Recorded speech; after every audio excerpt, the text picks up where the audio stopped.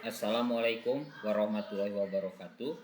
Perkenalkan, saya Andri Nurdiansyah, tempat tugas di SMPN 1 Rancakalong, salah seorang peserta calon guru penggerak angkatan 5 dari Kabupaten Sumedang.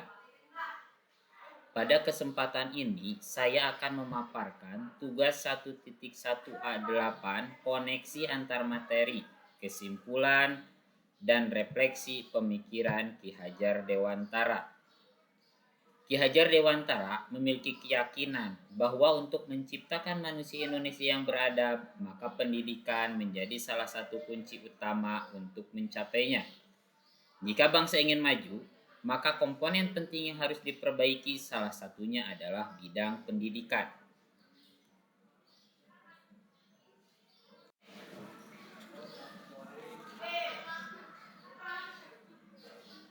Maksud pendidikan.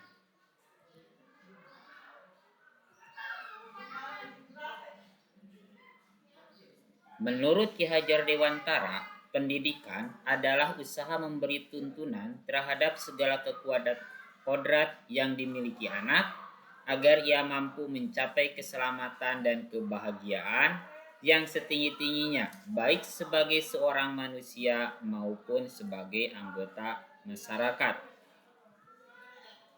Hal ini sebenarnya sejalan dengan arti pendidikan yang tertuang dalam Undang-Undang Nomor 20 Tahun 2003 Pasal 1 Ayat 1, yaitu pendidikan adalah usaha sadar dan terencana untuk mewujudkan suasana belajar dan proses pembelajaran agar peserta didik secara aktif mengembangkan potensi dirinya untuk memiliki kekuatan spiritual keagamaan, pengendalian diri, kepribadian, kecerdasan, akhlak mulia, serta keterampilan yang diperlukan dirinya, masyarakat, bangsa, dan negara.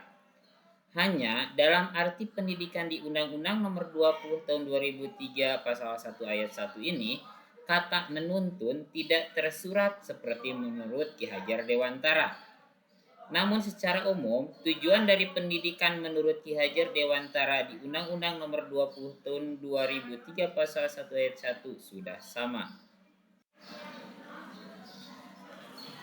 Dasar pendidikan menurut Ki Hajar Dewantara. 1. Menuntun. Dalam hal ini, menuntun bukan menuntut. Dalam proses menuntun, anak diberi kebebasan, namun pendidik sebagai pamong dalam memberi tuntunan dan arahan agar anak tidak kehilangan arah dan membahayakan dirinya. Jika Ki Hajar Dewantara menganalogikan peran seorang guru seperti petani, maka saya menganalogikan peran guru seperti peternak. Guru ibaratnya seorang peternak yang memelihara ternak agar tumbuh dengan optimal. Agar ternak tumbuh dengan optimal tentu perlu perawatan, mulai dari kebersihan kandang, pakan yang tepat, pemberian obat-obatan, dan anti hama lainnya. Setiap jenis ternak berbeda perlakuannya. Jangankan yang berbeda jenis, berbeda varietas saja, walaupun satu jenis atau satu spesies, diperlukan perlakuan yang berbeda. Begitupun kita sebagai guru memandang siswa seperti itu. 2. Kodrat alam dan kodrat zaman. Ki Hajar Dewantara menjelaskan bahwa dasar pendidikan anak berhubungan dengan kodrat alam dan kodrat zaman. Ki Hajar Dewantara hendak mengingatkan pendidik bahwa pendidikan anak sejatinya menuntut anak mencapai kekuatan kodratnya sesuai dengan alam dan zamannya. Kodrat alam. Dalam memaknai kodrat alam, maka konteks lokal sosial budaya murid, maka murid yang tinggal di sekitar pesisir pantai akan berbeda dengan murid yang tinggal di pegunungan. Murid yang tinggal di pesisir pantai mungkin dalam pembelajarannya di kelas bakal banyak pembelajaran yang diantaranya mengatasi bencana yang akan muncul di pesisir seperti tsunami, Begitupun yang tinggal di pegunungan akan lebih banyak belajar mengatasi bencana yang dapat muncul di pegunungan seperti longsor. Begitupun dari cuaca dan kondisi sosial yang berbeda di antara yang ada di pesisir pantai dan ada di pegunungan. Selanjutnya, mengenai kodrat zaman, bila melihat dari kodrat zaman, pendidikan saat ini menekankan pada kemampuan anak untuk memiliki keterampilan abad 21.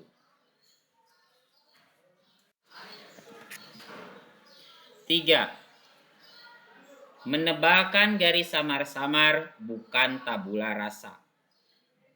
Dalam teori tabula rasa, anak yang lahir di dunia diumpamakan seperti sehelai kertas yang belum ditulis, sehingga kaum pendidik boleh mengisi kertas yang kosong itu menurut kehendaknya. Teori yang saat ini dipakai bahwa anak yang dilahirkan itu diumpamakan sehelai kertas yang sudah ditulisi penuh, tapi tulisan itu suram. Lebih lanjut, menurut aliran ini atau aliran konvergensi, pendidikan itu berkewajiban dan berkuasa menebalkan segala tulisan yang suram dan yang berisi baik agar kelak nampak sebagai budi pekerti yang baik. Segala tulisan yang mengandung arti jahat hendaknya dibiarkan agar jangan sampai menjadi tebal bahkan makin suram.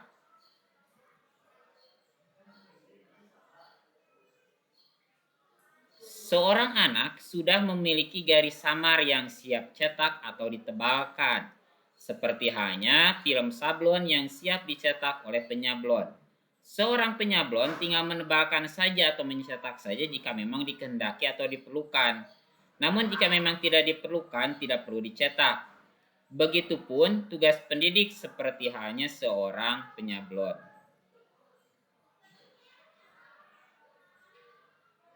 Menebalkan laku anak dengan kekuatan sosiokultural. Contohnya, tarawangsa yang merupakan kesenian khas dari upacara adat Ngalaksa di Kecamatan Rancakalong, Kabupaten Sumedang. Secara epitomologi, tarawangsa berasal dari ta yang artinya bergerak, ra matahari, dan wangsa bangsa. Sejalan dengan pemikiran Ki Hajar Dewantara bahwa pendidikan harus senantiasa bergerak, berubah mengikuti zaman menuju yang lebih baik. Dalam seni tarawangsa pun terdapat nilai-nilai gotong royong, kerjasama, persatuan kesatuan, saling memberi dan mengasihi. Contoh berikutnya, Sumedang. Sumedang berasal dari insun medal, insun madangan. Artinya, saya lahir, saya menerangi. Jika dimaknai, maka manusia itu harus memberi manfaat bagi orang lain. Dari makna tarawangsa dan Sumedang itulah harus diambil nilai-nilai yang akan digunakan untuk menebalkan laku murid. 4. Pendidikan berhamba pada anak. Atau bisa dikatakan pula pendidikan berpihak pada anak, pendidikan yang berorientasi pada siswa. Hal ini sudah dapat dilihat zaman dahulu di Taman Siswa. Pendidikan yang berhamba pada anak. Saat ini, pendidikan yang berorientasi pada siswa itu terlihat pada pola pembelajaran student center. Jadi semuanya berpihak pada siswa, berpusat pada siswa.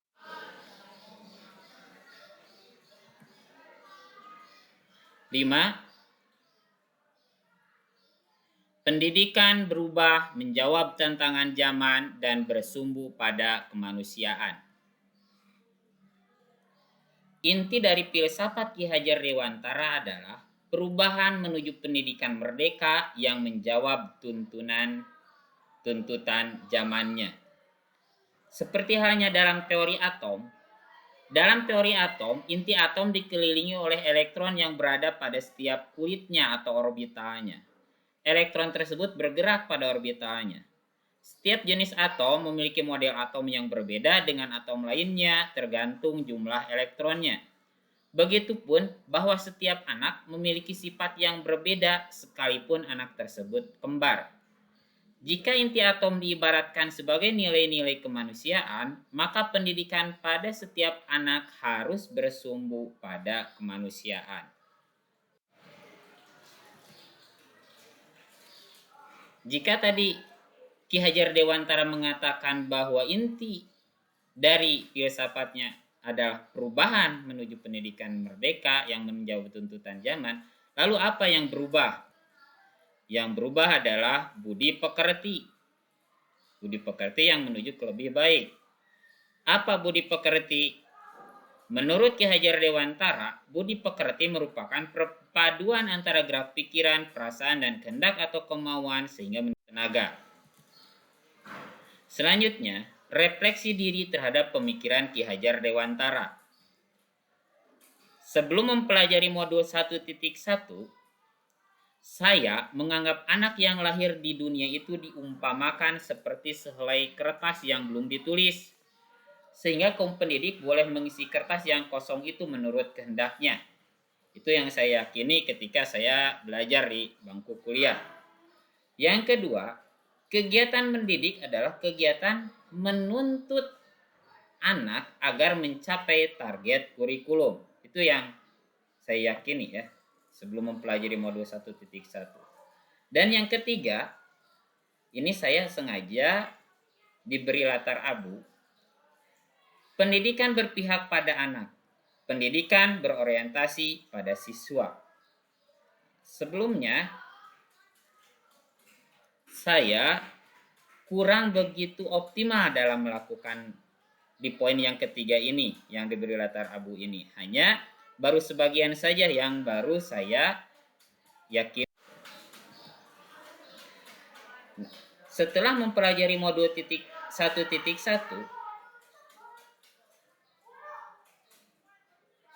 saya menganggap bahwa anak yang dilahirkan itu diumpamakan sehelai kertas yang sudah ditulisi penuh, tetapi semua tulisan-tulisan itu suram. Ini pengetahuan baru bagi saya. Yang kedua, kegiatan mendidik adalah usaha memberi tuntunan terhadap segala kekuatan kodrat yang dimiliki anak agar ia mampu mencapai keselamatan dan kebahagiaan.